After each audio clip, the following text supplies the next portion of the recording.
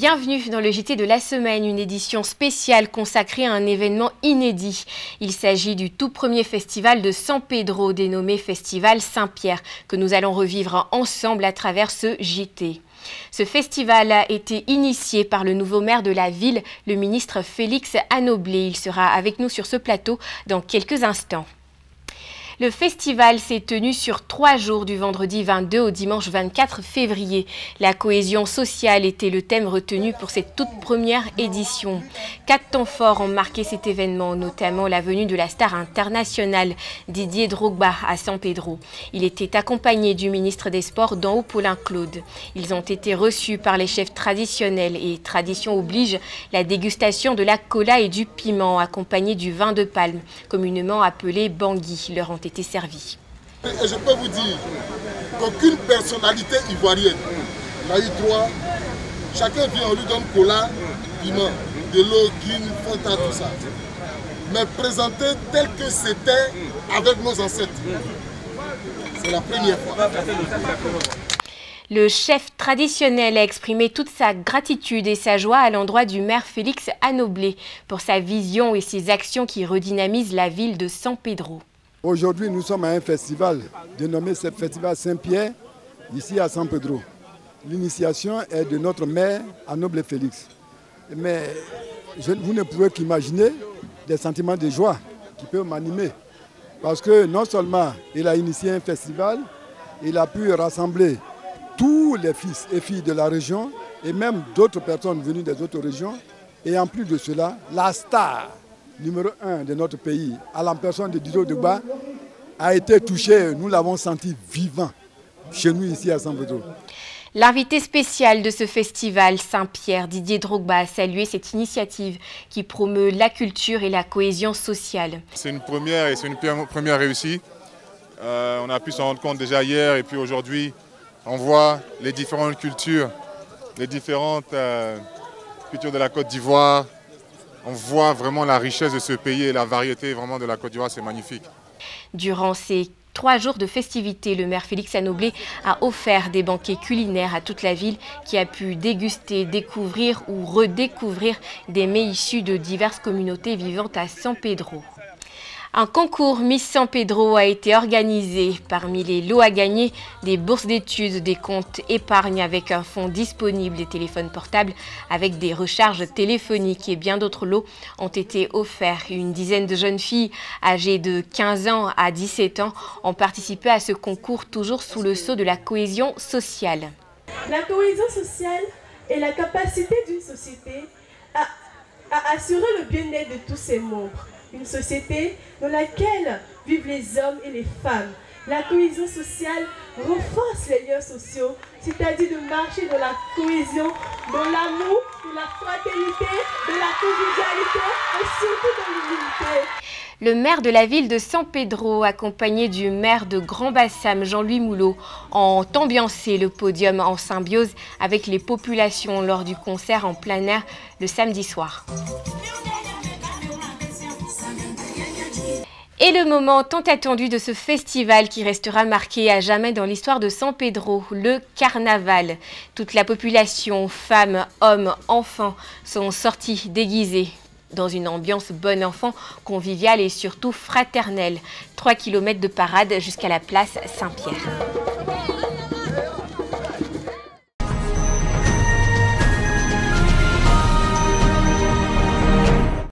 Et maintenant, c'est l'heure de l'invité du JT. Je reçois sur ce plateau Monsieur le maire, Monsieur Félix Anoblé. Monsieur le maire, bonjour. Bonjour. Merci d'être avec nous. Merci. Nous allons parler ensemble de votre politique culturelle, mais avant, je vous propose d'écouter ce que les populations de San Pedro pensent de vous, le nouveau maire, et également du festival Saint-Pierre. Excellent. C'est le meilleur maire qui soit en Afrique, je pense bien. Le carnaval pour la première fois depuis 18 ans à San Pedro. En tout cas, et puis ce qui m'a ému, l'arrivée de Didier Drogba, tout le monde était ému. Et puis dans la ville, il y a du changement. La ville est devenue propre grâce à ce monsieur. En tout cas, ce monsieur, c'est un grand homme que Dieu nous a envoyé sur la terre de San Pedro. Le festival est bienvenu parce que ça égaye la cité. Monsieur le maire, un commentaire, votre ressenti par rapport à ce que vous venez d'écouter? J'avoue que je suis surpris. C'est tout.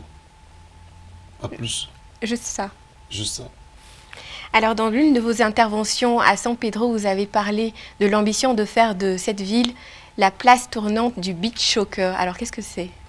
Le beach soccer est le sport, un genre de football pratiqué en bordure de plage, sur le sable. Et San Pedro, donc, étant donc, une ville balnéaire, ayant je dirais, l'avantage donc d'avoir un espace qu'on peut aménager donc, pour en faire un stade ouvert en bordure de mer. Nous voulons donc profiter de notre avantage de ville balnéaire pour faire donc de San Pedro la capitale du sport en bordure de mer. Donc il y a le beach soccer qui est un sport qui ne se pratique pas dans toutes les villes, ça se pratique seulement dans les villes balnéaires. Et ce sera donc pour nous un avantage de réunir l'ensemble des villes balnéaires d'abord de Côte d'Ivoire, mais aussi les villes balnéaires d'autres pays d'Europe. Et donc nous voulons lancer le premier tournoi cette année. Nous sommes en contact avec certaines villes balnéaires de France qui veulent donc participer à ce premier tournoi de beach soccer avec nous. Et notre objectif, c'est faire en sorte qu'au moins que chaque 2 ans, il se joue donc une coupe du beach soccer à San Pedro. Alors aujourd'hui, quelles sont les problématiques auxquelles vous êtes confrontés? Écoutez, vous savez, San Pedro, si nous voulons parler de San Pedro dans son ensemble, est une ville qui a vu donc son développement bloqué sur donc la programmation qui avait été faite par le président Félix Houphouët-Boigny, donc bloqué sur les années 90-95. Et depuis là, plus aucun plan stratégique n'a été mis en place pour le développement de San Pedro. C'est un véritable problème que nous vivons. Nous avons pour ambition de faire de cette ville la plus belle ville de Côte d'Ivoire, l'une des plus belles villes d'Afrique, et cela nécessite donc beaucoup d'efforts, vu que même l'urbanisation de San Pedro a évolué pendant un bon moment sans une planification réelle, et donc nous avons plus affaire à un gros village qui se développe qu'à une ville moderne. Donc il y a beaucoup de choses à faire pour réussir à remettre la ville dans les normes et en faire donc l'une des villes les plus enviées de notre pays. Alors parlons du développement de la ville. Quels sont les axes stratégiques, les axes politiques culturels que vous allez développer? Alors, développement de la ville, parlons de culture, stratégie. D'abord, il faut noter que nous avons voulu, dans le développement de la ville de San Pedro, faire le découpage de San Pedro en 5 grandes zones. San Pedro est une ville véritablement économique, donc agrandir et donner de l'espace donc à la zone industrielle. Ensuite, c'est une ville touristique, donc créer véritablement un véritable espace donc, touristique pour la ville. San Pedro est une ville donc d'avenir, et elle ne peut être une ville d'avenir sans avoir donc l'éducation, la culture. Et donc nous avons donc voulu créer une grande zone.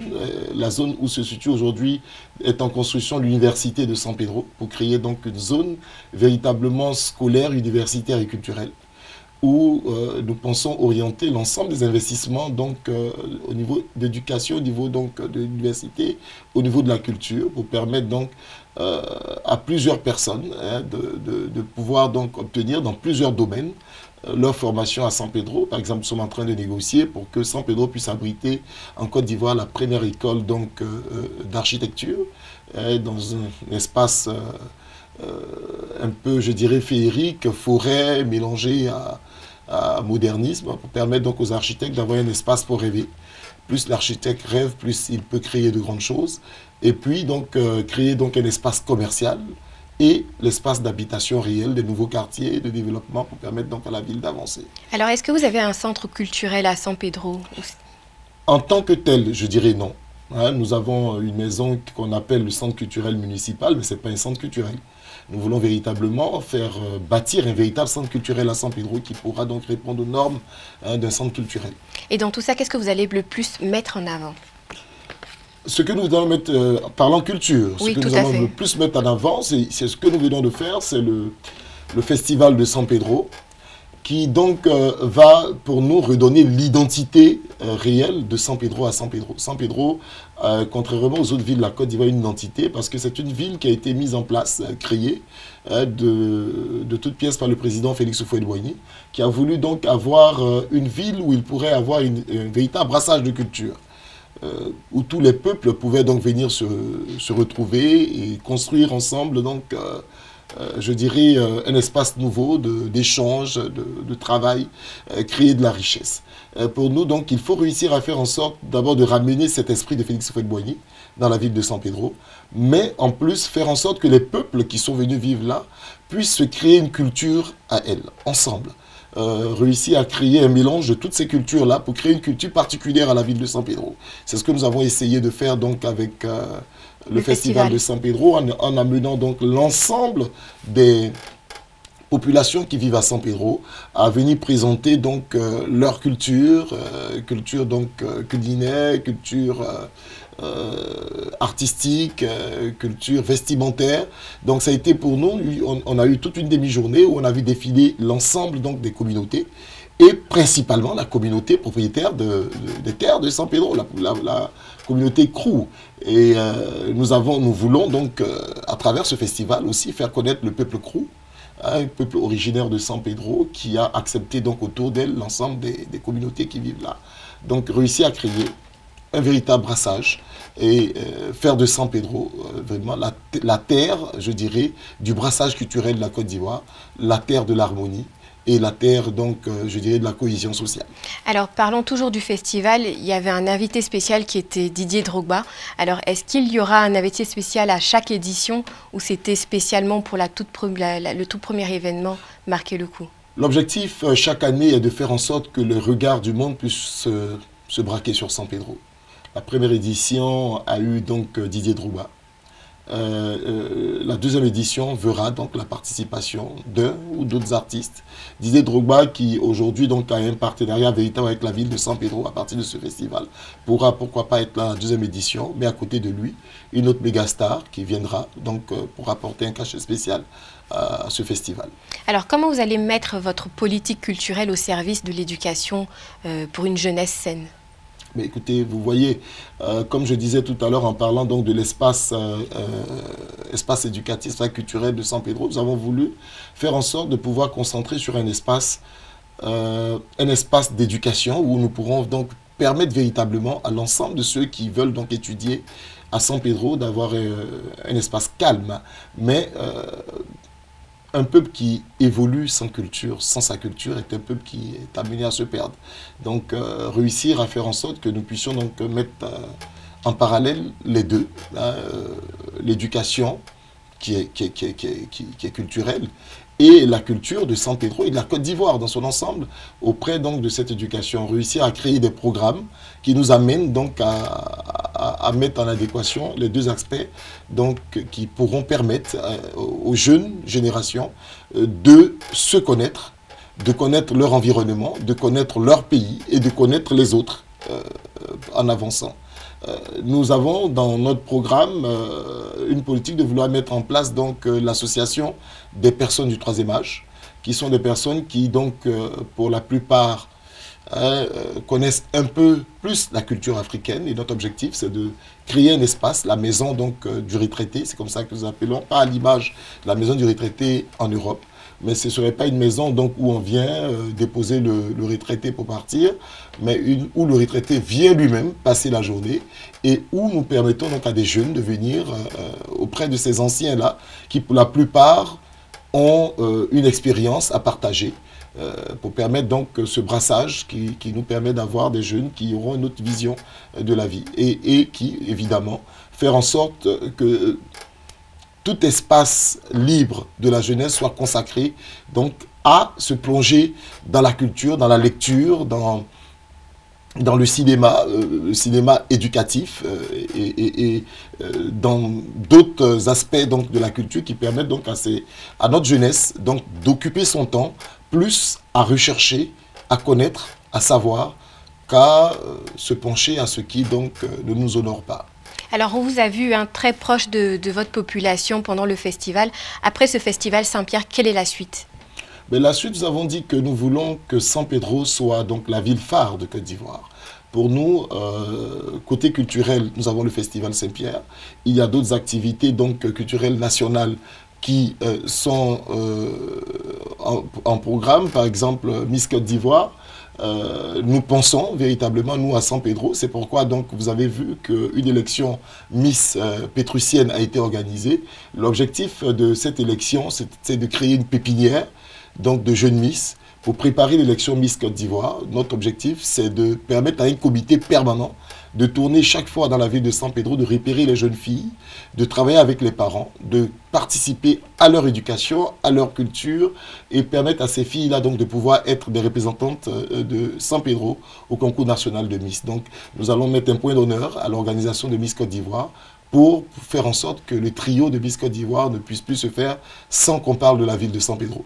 Et rajouter donc à cet aspect, nous avons d'autres programmes que nous voulons mettre en place pour permettre donc à la ville de San Pedro de pouvoir continuer à attirer les populations d'ailleurs, de la Côte d'Ivoire et du monde. Nous voulons mettre sur place à San Pedro ce que nous appelons l'association des villes et communes portant le nom de San Pedro. Vous savez, dans le monde, partout dans le monde, il y a des villes qui s'appellent San Pedro. C'est une particularité. Tout le monde n'a pas cet avantage que nous avons.